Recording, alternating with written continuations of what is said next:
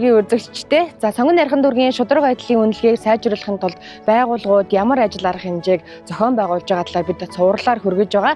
За яг одоо бид нийгмийн даатгалын газар дээр ирсэн байна. Ингээ бүгдээрээ хамтдаа нийгмийн даатгалын газар руу орцгоё.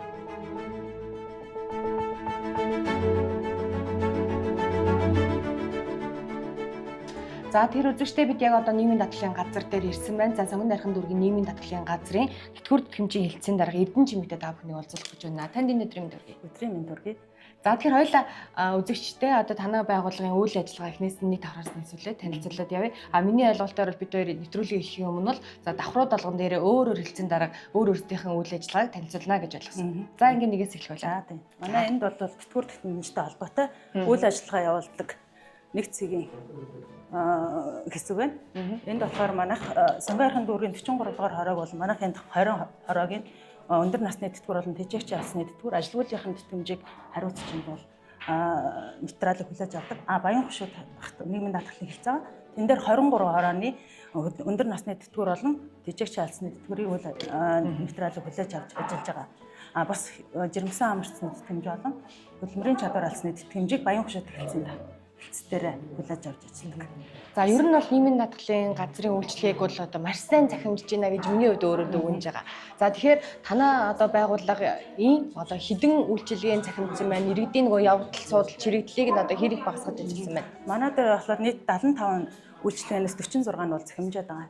Манайхаа бол захимжих ажлыг бол эрчимтэйгээр бол явуулж байгаа. Одоо энэ онд ч гэсэн нэмж захимжуулах төлөвтэй ажиллаж. Тэгэхээр 26 онд одоо бас ямар үйлчлэгийн жишээлбэл захимжихаар төлөвлөөд байна тийм ээ. 26 онд бол тэжээгчийн алсны тэтгэврийг бүрэн захимжуулах мөн нөгөө гэр бүрийн гишүүнд олгох тэтгэмж буюу оршуулгын тэтгэмжийг бүрэн захимжуулах төлөвтэй байгаа. Мөн өндөр насны тэтгэврээс хүүхдэрээ 4 хүүхэд төрүүлсэндээ тэтгэврийг нөхцөлийн тэтгэврийг бас захимжуулахаар төлөвлөж явж байгаа. За тэгэхээр орж ирэхэд бол ямар ч тийм очир дараалал байхгүй. За ингээ харахад бол ажилчид нь бол одоо бас нэлээд олон болсон байна. Ер нь хэдэн өний бүтэц бүрэлдэхүүнтэй ажиллаж байна? Манайх бол нийгмийн даатгалын 60 ажилчинтай 5 хэлтстэй ажиллаж байна. За тэгэхээр одоо энэ дэг бол харагдаж байгаа зүйл нь хурдан төрийн үйлчлэгийн эзэг байна. Энийг хизээнээс хэлж байршуулсан. 25 оны 3 сард бол байршуулсан. Тэгээ манайх 25 онд эндээс 1746 төрийн үйлчлэг үзүүлсэн гэсэн мэдээ гарсан.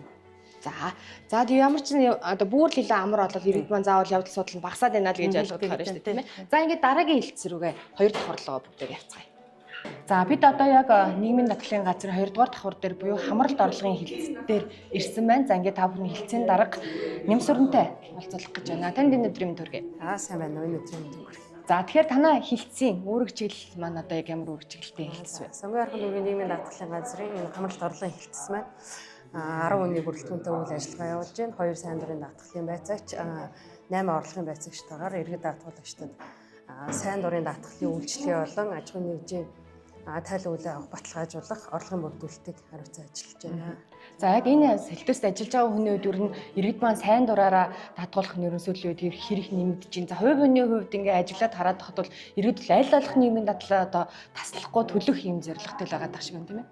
Сайн дурын даатгалын үйлчлэгээ ерөнхийдөө яг иргэд бол даатгуулах сонирхолтой боловч сүүлийн нөгөө хөдөлмөрийн хүнсний доод хэмжээ нэмэгдэхээр дагаад сайн дурын даатгалын одоо нөгөө төлөх юм маань мөнгөнд дүн маань нэмэгдчихэж байгаа. Үүнтэй холбоотойгоор сүүлийн одоо жилд бага хэмжээгээр багасчаад байгаа сайн дурын даатгуулах одоо иргэдийн. Түүнээс биш яг одоо мөнгөн орлого нь байгаад одоо даатгуулах сонирхолтой хүмүүс байдаг. Гэхдээ бас зарим байдлаар мэдээлэл бас ариу дутуу хүрээд байна уу гэж үзээд манайхын хөдөлмөр энэ жилийн хөдөлмөр сонгон найрхан дүүргийн хөдөлмөр халамж үйлчлэгээний газартай хамтраад хөдөлмөр халамж үйлчлэгээний газраас одоо нөгөө хүүхдээ асарсны тэтгэмж авч байгаа ээжүүд байгаа тийм бидний юм хэлдэг нөгөө 50,000 авдаг ээжүүд цалинтай ээжийн судалгааг нууцын баталгаа гаргаж өгөө цалинтай ээжийн судалгааг аваад сайн дурын даатгалд хамрагдаагүй ээжүүдэд бол мэдээллийг хүргэж ажиллаж байна. За тэгэхээр энэхүү нэвтрүүлгийн маань өөрийнх нь зорилго нь сонгон найрхан дүүргийн 2026 оны шударга байдлын үнэлгээг сайжруулахын тулд юу хийж байна вэ гэдгийг одоо бид сурвалжилж өргөж байгаа. Тэгэхээр танай байгууллагын тухайд ямар ажлуудыг хийхээр төлөвлөсөн байна? За шударга байдлын үнэлгээг дээшлүүлэх төр манай хөдөлмөр халамж үйлчлэгээний газартай 2 ажлыг бол төлөвлөлөөд явж байгаа. За энэний нэг ажил нь бол манай хэлцтэй хамааралтай энэ сонгон найрхан дүүргийн хөдөлмөр халамж үйлчлэгээний газраас хүүхдээ асарсны тэтгэмж авч байгаа. Хөгжлийн бэрхшээлтэй 16 хүртэлх насны хөгжлийн бэрхшээлтэй хүүхдээ асарч байгаа эцэг их байгаа тийм ээ. За энэ эцэг эхүүд маань яг хөө гэхээр нийгмийн даатгал сайн дураараа хамрагдсан болж төрийн даатгалын шимтгэлийг төрөөс 100% одоо даадаг. Тэгэхээр энийг мэдээлэл дутуугаас болоод бас сайн дурын даатгалд хамрагдаж чадахгүй байгаа хүмүүст мэдээллийг хүргэх нэг ажлыг тавиад өгсөн байж. За мөн нөгөө түрүүний ярьдаг 0-3 насны хүүхдээ асарсны тэтгэмж авж байгаа ээж ихэд бас мэдээллийг хүргэн ажиллаж байна. За баярлалаа танд. За ингээд дараагийнхан 3 дахь давхар руугаа гарцгаа дараагийн хэлцдэг танилцъя.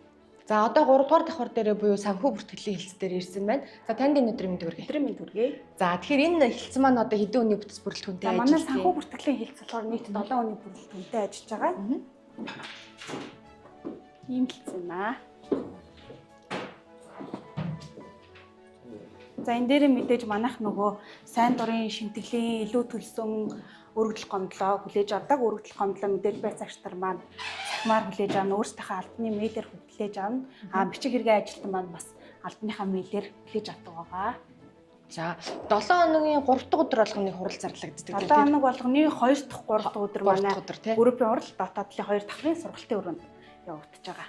За одоо бүгдээрээ доошоо 2 давхрлоо сургалт ордог өрөөтэйгөө танилцъя. Сургалт нэг группийн хурал болдог. Группийн хурал маань 2 дахь 3 дахь өдөр иргэдийг ирүүлэхгүй дандаа манай эмчнэр маань өөрсдөө группийн хуралдаа иргэдийнхаа материалуудыг авчиж ирээд хуралддаг гэсэн үг байхгүй. За энэ өрөө манайх нөгөө байна. Танайх одоо бас ажилчтай одоо мэдлэг боловсролыг дээшлэх хүрээнд юу ямар ажлууд бас хийгдэж байна. Манайх бол одоо ингээд дүүргийн засаг дарганы хамгаалах газар зохиож байгаа ямар нэгэн сургалт арга хэмжээ, дүүргийн нийгмийн даатгалын ерөнхий газар зохиож байгаа арга хэмжээнүүд ер нь бол багштай төлхөө хамруулдаг.